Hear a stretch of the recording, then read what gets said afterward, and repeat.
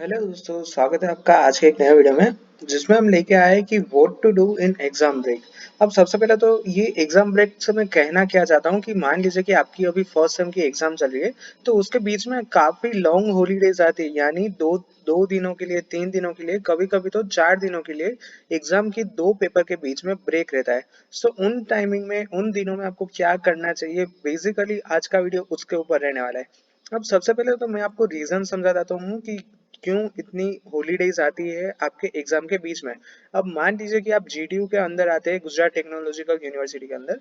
तो इसके अंदर आपकी एक ही यूनिवर्सिटी नहीं है, आपकी एक ही ब्रांच नहीं है। उसमें 20, 30, 35 कितनी सारी डिफरेंट इंजीनियरिंग ब्रांच है। अब जीटीयू की जितनी भी इंजीनियरिंग ब्रांच है, उन सभी की सभी ब्रांच का एग्जाम एक साथ ही कंडक्ट होता है। यानी कि अभी सेम वन की एग्जाम चल रही है, तो जितनी भी ब्रांच है उन सभी ब्रांच के लिए यही एक टाइम पीरियड में एग्जाम कंडक्ट होती है। सो इसीलिए मान लीजिए कि आपको एक पर्टिकुलर ब्रांच में है, उसमें डे 1 और 2 में आपका पेपर आ गया, डे 3, 4, 5 को आपकी हॉलीडेज है, तो इन हॉलीडेज में जितने भी दूसरी ब्रांच के चिल्ड्रन से जो जो दूसरी ब्रांच के स्टूडेंट्स है, उसकी एग्जाम होती है। अब डे 6 में आपका फिर से पेपर आ गया, डे 7 में आपका पेपर आ गया, तो बाकी के दिनों में जो जिस दिन आपकी एग्जाम होती है, तब शायद उसकी एग्जाम में हॉलीडेज रहता है। सो इसी रीजन से इतनी सारी हॉलीडेज आती है। अब इसमें आप क्या कर सकते हैं कि आप अपनी मतलब आप सबसे पहला तो ये टास्क करना है कि आपकी जो अगली आने वाली एग्जाम है, उसका तो डेफिनेटली प्रिपरेशन करना है, बट इसके अलावा आप क्या कर सकते हैं वो आज का वीडियो होने वाला है। सो सबसे पहले तो मैं आपको बताना चाहता हूँ कि आपको वो सब हॉलीडेज एक एफिशिएंट वे के अंदर प्लानिंग करनी है, जिसमें सबसे पहला टास्क मैं आपको ये देना चाहता हूँ कि आपको अपने आने वाले सब्जेक्ट्स के जितने भी सब्जेक्ट होते हैं, जितने भी सेमेस्टर के अंदर आने वाले सब्जेक्ट्स है, उसके बारे में रिसर्च करना होगा।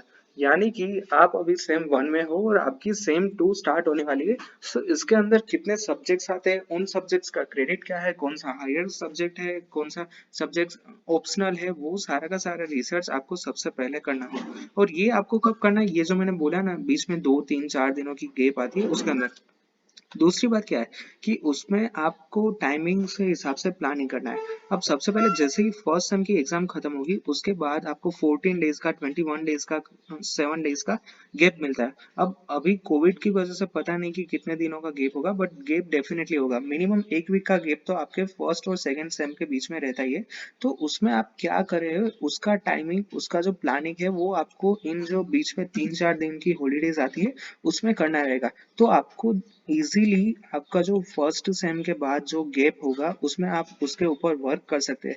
उसके बाद आपको जितना भी टाइम मिले है, उसमें अंदर आपको डिसाइड कर देना है कि 4 ईयर के बाद का गोल क्या लेने वाला है अल्टीमेटली।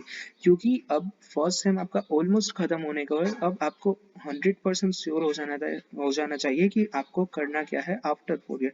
और इसके लिए मैंने एक ऑलरेडी वीडियो बना के रखी है, जिसमें मैंने आपको आफ्टर 4 ईयर क्या क्या पॉसिबल वेज है, मास्टर, जीआरई, आईएलटीएस, प्लेसमेंट, या फिर जितने भी दूसरे ऑप्शन है, जीपीएससी, यूपीएससी, वो सारा का सारा उसमें समझाया है।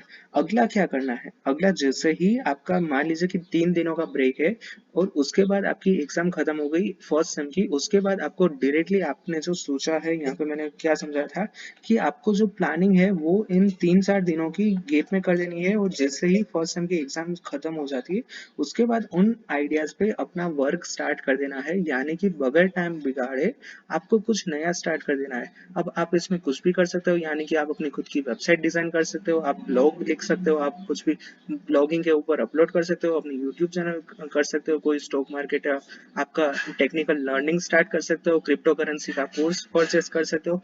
ये सारी की सारी एक्टिविटीज आपको कुछ स्टार्ट कर देनी है फर्स्ट सेम की एग्जाम के बाद, जो आपके पास गैप रहेगा उसमें। और उसका प्लानिंग मैंने यहाँ पे बताया था कि उसका प्लानिंग आपको जो एग्जाम के बीच में हॉलीडेज है उसमें करना है। सो जैसे ही वो प्लानिंग हो जाएगा, तो आप डायरेक्टली अपना आइडिया स्टार्ट कर पाओगे। और अदरवाइज क्या होगा कि मान लीजिए कि अपनी फर्स्ट एग्जाम की खत्म हो गई पूरी सेमेस्टर एग्जाम, उसके बाद आप सोचने बैठोगे कि अब हम क्या करें, मेरे पास 14 दिन की छुट्टी है, तो अब कुछ नया करना होगा।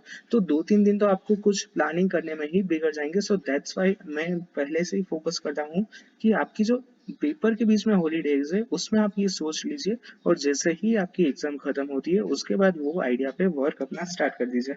So that's it for today's video. अब आगे की जो आने वाली वीडियोस है उसमें मैं ये बताने वाला हूँ कि what to do after finish your first sem exam.